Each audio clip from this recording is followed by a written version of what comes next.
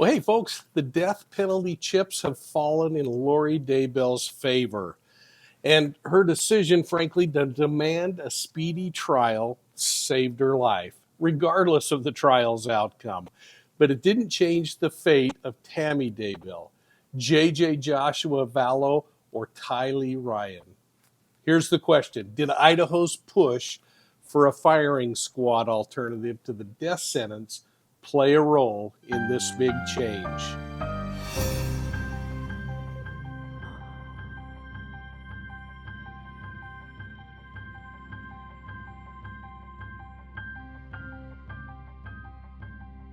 Hello, everybody, and welcome to Profiling Evil's weekly update on what's happening in the criminal community. I'm here in Washington, D.C. If you look over my shoulder there, you're going to see the White House off in the distance. If you look a little further, you'll see the Washington Monument and, of course, the U.S. Capitol. It's a beautiful day in Washington, D.C., and the trees are starting to blossom. It's beautiful. Now, folks, please hit that like and subscribe button and ring the bell so that you're getting all of our videos here at Profiling Evil.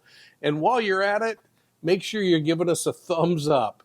It really helps us. And frankly, you may not like what's happening in the criminal justice system, but I hope you like what's happening here at Profiling Evil. Now, during a week when Idaho lawmakers approved a bill that will allow the state to execute death row prisoners by firing squad, I find myself wondering if Judge Boyce's personality was tipped just a little bit, or if his hand was tipped on how he feels about the death penalty overall, especially about firing squads. And this one was all about firing squads. Just a few days ago, Idaho's legislature passed the legislation with a veto-proof majority. Now, veto-proof means that the legislature, Idaho lawmakers, had enough votes agreeing on the bill that even if the governor didn't want to sign it, it can become law. All of this because the state of Idaho, like many other states in the United States, can't buy enough drugs for their lethal injection death penalty cases to be carried out.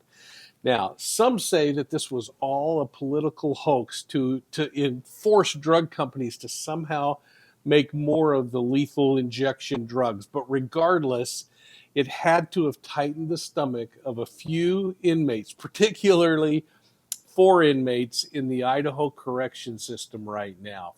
The first of those 4 nervous souls is convicted murderer Gerald Pizzuto. He is a guy who is waiting for execution, except for it was put on stay because the state of Idaho couldn't garner enough drug to pull off the execution. Those drugs have not been available, nor are any coming soon enough. So to Idaho, the death penalty overdue process just got to them, I guess. And they decided it's time for firing squads because apparently bullets are easier to get than drugs in America.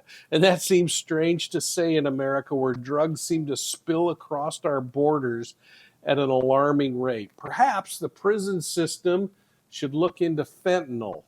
That's the thing that's killing record numbers of Americans, almost all who aren't sitting in a prison or on death row. Now, I don't want to get political, but we are losing a ton of people to fentanyl.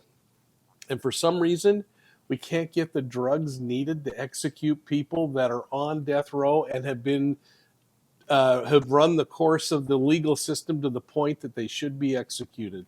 Pizzuto's a perfect example. This guy has been convicted since 1985 for the murders of 2 men. He's been sitting on death row for 40 years now.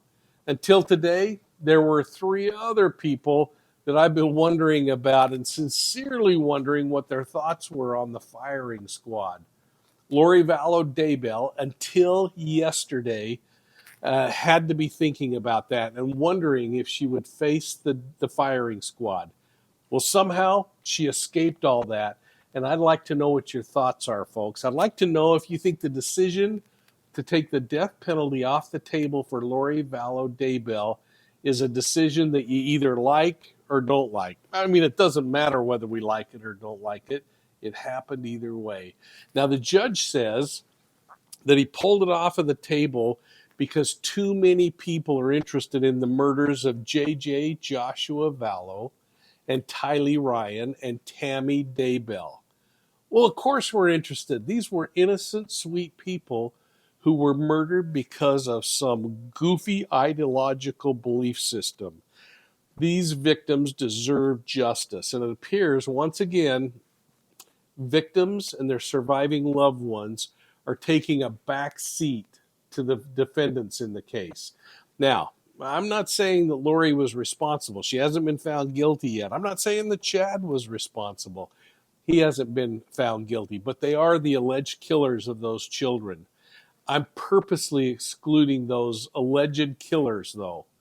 They, for me, are not the surviving loved ones in this case, but other family members like JJ's grandparents deserve justice in their deaths. I think this has more to do with the judge, frankly, having a really hard time seeing a woman, a mother, being executed. I watched through 9 different female defendants in my Zion Society cult case. The self-proclaimed prophet in that cult died in prison. But the others, many of whom committed the same kinds of atrocities, ended up getting, in some cases, nothing but probation. Now, I want the women who are watching tonight to weigh in on this thing. Should there be a different standard for women killers than for men killers? I hope you'll put your comments down below because I'm really interested in this one. And frankly, it's really troubling me. So here's the deal. Lori Daybell doesn't have to concern herself with whether or not Idaho has a firing squad as part of their arsenal of tools in bringing forth the death penalty. But that doesn't let Chad Daybell off the hook, or, it's a bad pun, out of the woods. Rob Wood, the prosecutor. And Bryan Kohberger, that guy certainly needs to think about what just happened in the legislature as well, because he could be facing a death penalty case. Now, Idaho Senator Doug Ricks, who co-sponsored this firing squad bill, said the following when he was asked questions about the firing squad as a tool for the execution process. He said, quote, "This is all about justice. I do think it's a humane way to do it," close quote. Well, that might frustrate a few of you, and frankly, having seen my share of shooting victims up front, I do believe that shooting is an effective way to kill somebody, but I certainly wouldn't consider it more humane than lethal injection. You know, I've sadly had a few pets, in fact, gratefully, I guess, that were euthanized with drugs when it finally became time to dispatch them from this life. You know, euthanizing them with drugs was certainly a whole lot less traumatic than my memories of my rancher uncle dispatching animals with a rifle. So here's my question for you now. What are your thoughts about this? Do you think the firing squad is a good way to execute someone? Or should we be leaning toward these lethal injections instead? And again, why on earth can't we get the drugs that are needed to execute people if drugs are pouring across our borders like they are? It absolutely drives me batty trying to work through this one. But that said, firing squads are certainly more reliable. In fact, Alabama had 3 failed injections, lethal injection attempts this last couple of years, causing them to cancel the practice while they figured out what's going wrong. Idaho is simply returning to the practice of a firing squad, something that it had back in 1982. Now, there are plenty of folks who are going to argue against the practice, though, saying it sends a brutal message. Yeah, it's pretty brutal. Now, others say firing squads aren't any more of a deterrent. Well, you know what? Dying because you committed homicide should be some kind of a deterrent, but it really isn't to a psychopathic personality.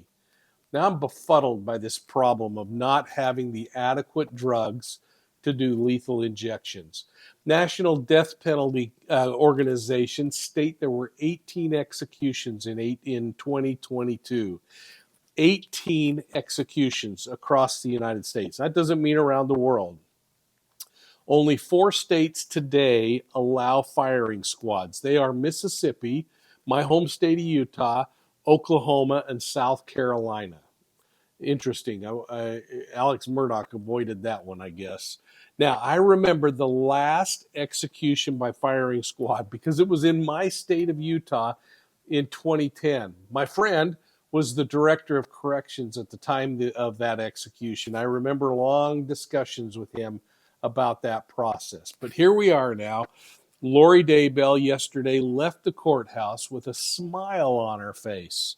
Yeah, I think she got away with something here.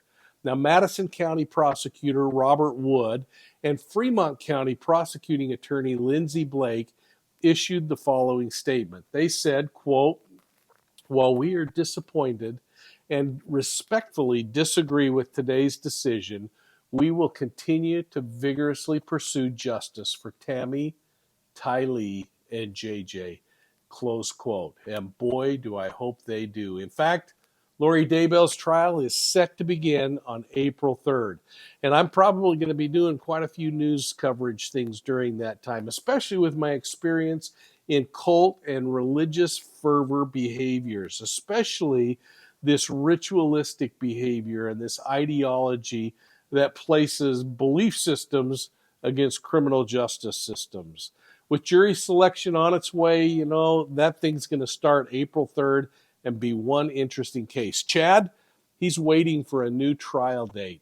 And let's not forget about Bryan Kohberger, who's going to find out in June if the state has enough evidence to bind him over for a murder trial in the death of those college students up in Moscow, Idaho. So this one's going to be interesting to watch, folks, and I hope you will stay tuned. Thanks for dialing in to Profiling Evil. You know, again, I'm coming to this week's video from Washington, D.C. In a couple of days, I'm going to be on Court TV, and I hope you'll catch me as we talk about some of the things that are unfolding right now in criminal cases that are going on. I really appreciate your support, and I hope you'll give me some thumbs up. And I hope you're hitting that like and subscribe button, ringing the bell, everything that needs to be done in order to get our videos on a regular basis when we release them. Hey, please consider joining our channel memberships. My favorite is the Academy level, and we dropped 16 new episodes that are only available to Academy members. It's only $4.95 a month. You can get 1 month and binge for a month and move on to other things, but I hope you'll stick around because your donation really helps us to roll out quality content.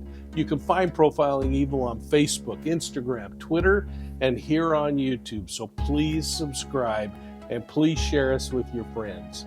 Hey, we'll see you all soon at the next crime scene.